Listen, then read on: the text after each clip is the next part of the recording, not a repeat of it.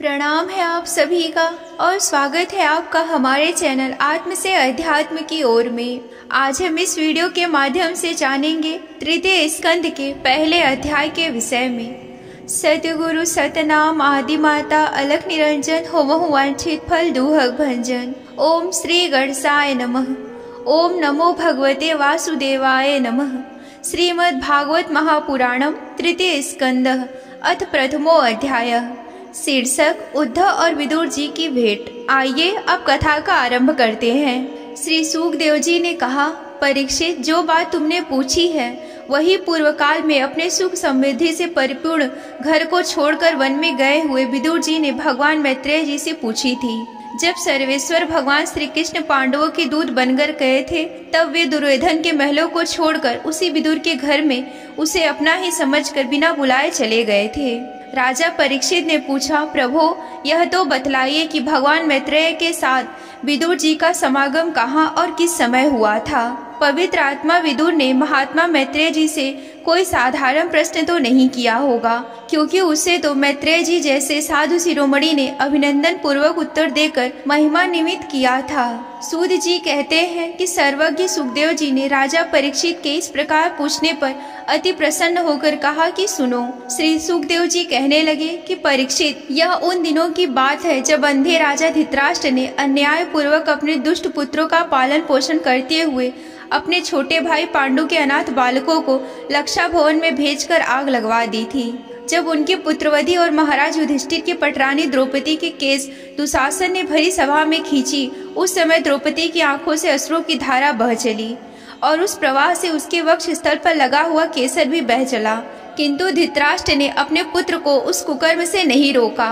दुर्योधन ने सत्यपरायण और भोले भाले युधिष्ठिर का राज्य जुए में अन्याय से जीत लिया और उन्हें वन में निकाल दिया। किंतु वन से लौटने पर प्रतिज्ञा अनुसार जब उन्होंने अपना न्यायोचित पैतृक भाग मांगा, तब भी उन्हें मोहवश उन्होंने उस अजात शत्रु युधिष्ठिर को उनका हिस्सा नहीं दिया। महाराज युधिष्ठिर के भेजने पर जब जगत गुरु भगवान श्री कृष्ण ने कौरवों की सभा में हित भरे सुमधुर वचन कहे, जो भीष्म आदि सज्जनों को अमृत से लगे, पर कुरुराज ने उनके कथन को कुछ भी आदर नहीं दिया। देते भी कैसे, उनके तो सारे पुण्य नष्ट हो चुके थे। जब सलाह के लिए विदुर जी को बुलाया गया, तब मंत्रियों में श्रेष्ठ विदुर जी ने राजभवन में जाकर बड़े भाई धृतराष्ट्र के पूछने पर उनसे वह सम्मति दी जिसे नीति शास्त्र के जानने वाले पुरुष विदुर नीति कहते हैं। उन्होंने कहा कि महाराज, आप अजात शत्रु महात्मा युधिष्ठिर को उनका हिस्सा दे दीजिए। वे आपके न सहने योग्य अपराध को भी सह रहे हैं। भीमरूप काले नाग से तो आप भी बहुत डरते हैं। देखिए, वह अपने छोटे भाइयों सहित बदला लेने के लिए बड़े क्रोध से फुफकारे मार रहा है। आपको पता नहीं कि भगवान श्री कृष्ण ने पांडवों को अपना लिया है। वे यदुवीरों के आराध्य देव इस समय अपनी राजधानी द्वारिकापुरी में विराजमान हैं।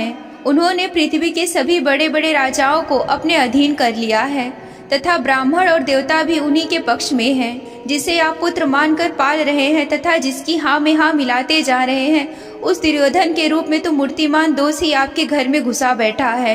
यह तो साक्षात भगवान श्री कृष्ण से द्वेष करने वाला है। इसी के कारण आप भगवान श्री कृष्ण से विमुख होकर श्रीहीन हो रहे हैं। अतएव यदि आप अपने कुरुकाल की कुशल चाहते हैं तो इस दुष्ट को तुरंत ही त्याग दीजिए। विदुर जी का ऐसा सुंदर स्वभाव था कि साधु जन भी उसे प्राप्त करने की इच्छा करते थे। किंतु उनकी यह बात सुनते ही कर्ण, दुशासन और शकुनी सहित दुर्योधन के होठ अत्यंत क्रोध से फड़फड़ाने लगे।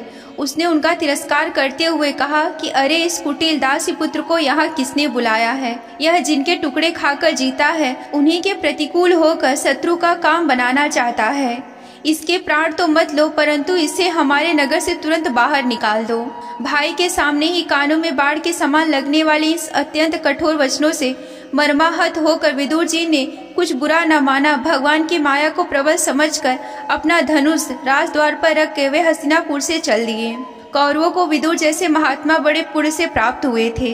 वे हस्तिनापुर से चलकर पुण्य करने की इच्छा से भूमंडल में तीर्थपार्थ भगवान के क्षेत्रों में विचरने लगे, जहाँ श्रीहरि, ब्रह्मा, रुद्र, अनंत आदि अनेकों मूर्तियों के रूप में विराजमान है। जहाँ जहाँ भगवान की प्रतिमाओं से सुशोभित तीर्थस्थान, नगर, पवित्र वन, पर्वत, निकुंज और निर्मल जल से भरे हुए नदी सरोवर आदि थे। उन सभी स्थानों में वे अकेले ही विचरते रहे। वे अद्भुत भेष में स्वच्छंदता पूर्वक पृथ्वी पर विचरते रहे, जिससे आत्मीय जन उन्हें पहचान ना सके। वे शरीर को सजाते ना थे, पवित्र और साधारण भोजन करते, शुद्ध वृत्ति से जीवन निर्वाह करते, प्रत्येक तीर्थ में स्नान करते, जमीन पर सोते और भगवान को प्रसन्न करने वाले व्रतों का पालन करते रहते थे।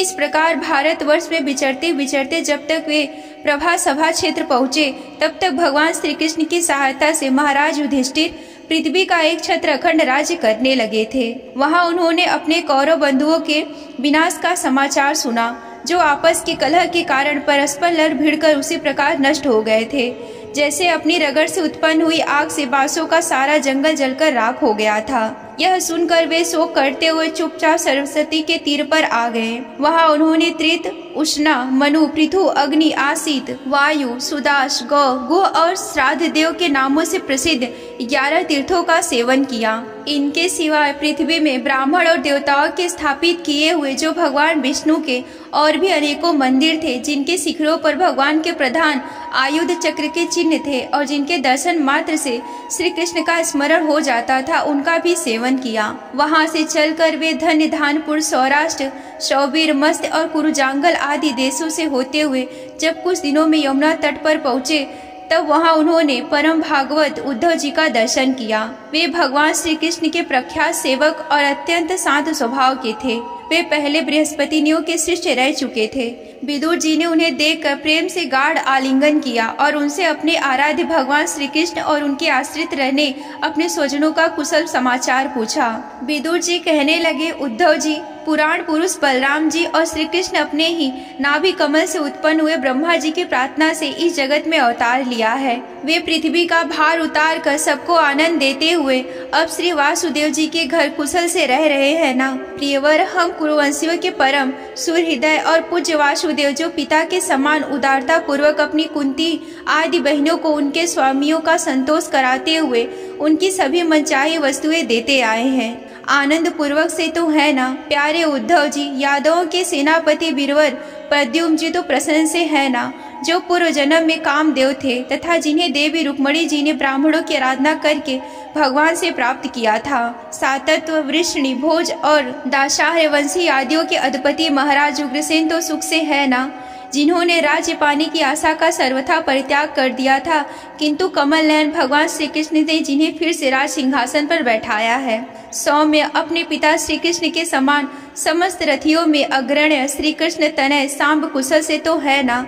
ये पहले पार्वती जी के द्वारा गर्भ में धारण किए हुए स्वामी कार्तिकेय हैं। अनेकों व्रत करके जामवती ने इन्हें जन्म दिया था, जिन्होंने अर्जुन से रहस्य युक्त धनुर्विद्या की शिक्षा पाई है। वे सात्विक तो कुशल पूर्वक है ना। वे भगवान श्री कृष्ण की सेवा से अनायास ही भक्तजनों की उस महान स्थिति पर पहुंच गए हैं, जो बड़े बड़े योगियों को भी दुर्लभ है। भगवान के शरणागत निर्मल भक्त बुद्धिमान अक्रूर जी भी प्रसन्न से है ना, जो श्री कृष्ण के चरण चिन्हों से अंकित ब्रज के मार्ग की रज में प्रेम से अधीर होकर लौटने लगे थे। भोजवंशी देवकी के पुत्र देवकी जी अच्छी तरह से है ना, जो देव माता अदिति के समान साक्षात विष्णु भगवान की माता हैं। जैसे वेद त्रय यज्ञ विस्तार रूप अर्थ को अपने मंत्रों में धारण किए रहती हैं, उसी प्रकार उन्होंने भगवान श्री कृष्ण को अपने गर्भ में धारण किया था। आप भक्त जनों की कामनाएं पूर्ण करने वाले भगवान अनिरुद्ध जी सुखपूर्वक तो है ना, जिन्हें शास्त्र वेदों के अधिकारण और अंतःकरण चतुष्टय के चौथे अंश मन के अधिष्ठा बतलाए गए हैं। सौम्य स्वभाव उद्धव जी अपने हृदयेश्वर भगवान श्री कृष्ण का अनन्य भाव से अनुसरण करने वाले, जो हृदिक, सत्यभामानंदन, चारुद्रेष्ट और गद आदि सब भगवान के पुत्र कुशल से तो है ना। महाराज युधिष्ठिर अपने अर्जुन और श्री कृष्ण रूप दोनों भुजाओं की सहायता से धर्म मर्यादा का न्याय पूर्वक पालन करते हैं ना। मैदानों की बनाई हुई सभा में इनके राज्य वैभव और दबदबे को देखकर दुर्योधन को बड़ा डाह हुआ था। अपराधियों के प्रति अत्यंत असहिष्णु भीमसेन ने सर्प के समान दीर्घकालीन क्रोध को छोड़ दिया है क्या? जब यह गदा युद्ध में तरह तरह के पैतरे बदलते थे, तब उनके पैरों की धमक से धरती डोलने लगती थी। जिनके बाड़ों से जाल में छिपकर किरात भेषधारी, अतएव किसी को पहचान में ना आने वाले भगवान शंकर भी प्रसन्न हो गए थे। वे रथी और युद्धपतियों का सुयश बढ़ाने वाले गांडीवधारी अर्जुन तो प्रसन्न से है ना। अब वे उनके सभी शत्रु शांत हो चुके होंगे। पलक जिस प्रकार नेत्रों की रक्षा करते हैं, उसी प्रकार कुंती के पुत्र युधिष्ठिर आदि जिनकी सर्वदा संभाल रखते हैं और कुंती के ही जिनका लालन पालन किया है, वे माद्री के यमज पुत्र नकुल और सहदेव कुशल से तो है ना। उन्होंने युद्ध में शत्रु से अपना राज उसी प्रकार छीन लिया जैसे गरुड़ इंद्र के मुख से अमृत निकाल लाए थे। अहो बेचारी कुंती को राजश्री श्रेष्ठ पांडु के वियोग में मित्र प्रायसी होकर भी इन बालकों के लिए अपने प्राण धारण किए हुए हैं। रथियों में श्रेष्ठ महाराज पांडु ऐसे अनुपम वीर थे कि उन्होंने केवल एक धनुष लेकर ही अकेले चारों दिशाओं को जीत लिया था। सौम्य स्वभाव उद्धव जी, मुझे तो अधः पतन की ओर ले जाने वाले उन धृतराष्ट्र पुत्रों के लिए बार बार शोक होता है जिन्होंने पांडवों के रूप में अपने परलोकवासी भाई पांडु से ही द्रोह किया है तथा अपने पुत्र के ही हाँ में हाँ मिलाकर अपने हित चिंतक मुझको भी नगर से निकलवा दिया है। किंतु भाई, मुझे इसका कोई भी खेद अथवा आश्चर्य नहीं है। जगत विधाता भगवान श्री कृष्ण ही मनुष्यों की लीलाएं करके लोगों के मनोवृत्तियों में ही भ्रमित कर देते हैं। मैं तो उन्हीं की कृपा से उनकी महिमा को देखता हुआ दूसरों की दृष्टि से दूर रहकर सानंद विचर रहा हूँ। यद्यपि कौरवों ने उनके बहुत से अपराध किए, फिर भी भगवान ने उनकी इसलिए उपेक्षा कर दी कि वे उनके साथ दुष्ट राजाओं को भी मारकर अपने शरणागतों का दुख दूर करना चाहते थे, जो धन विद्या और जाति के मध्य से अंधे होकर कुमारगामी हो रहे थे और बार बार अपनी सेनाओं से पृथ्वी को कपा रहे थे। उद्धव जी, भगवान श्री कृष्ण जन्म और कर्म से रहित हैं, फिर भी दुष्टों का नाश करने के लिए, लोगों को अपनी ओर आकर्षित करने के लिए उनके दिव्य जन्म कर्म हुआ करते हैं। नहीं तो भगवान की बात ही क्या, दूसरे लोग जो गुणों से पार हो गए हैं, उनमें ऐसा कौन है जो इस कर्माधीन देह के बंधन में पड़ना चाहेगा। अतः मित्र, जिन्होंने अजन्मा होकर भी अपने शरण में आए हुए समस्त लोकपाल और आज्ञाकारी भक्तों को प्रिय करने के लिए यदुकुल में जन्म लिया है, उन पवित्र कीर्ति श्री हरि की बातें सुनाओ। यहीं पर श्रीमद् भागवत महापुराण के तृतीय स्कंद का पहला अध्याय समाप्त होता है। अगर आप श्रीमद् भागवत महापुराण की कथा में रुचि रखते हैं और यूं ही हिंदी से विस्तार पूर्वक वर्णन सुनना चाहते हैं तो हमारे चैनल आत्म से अध्यात्म की ओर को सब्सक्राइब कर लीजिए। आज के वीडियो में बस इतना ही। मिलते हैं अगले वीडियो में। तब तक के लिए आप सभी को जय आदि शक्ति भोलेनाथ जी। हर हर महादेव।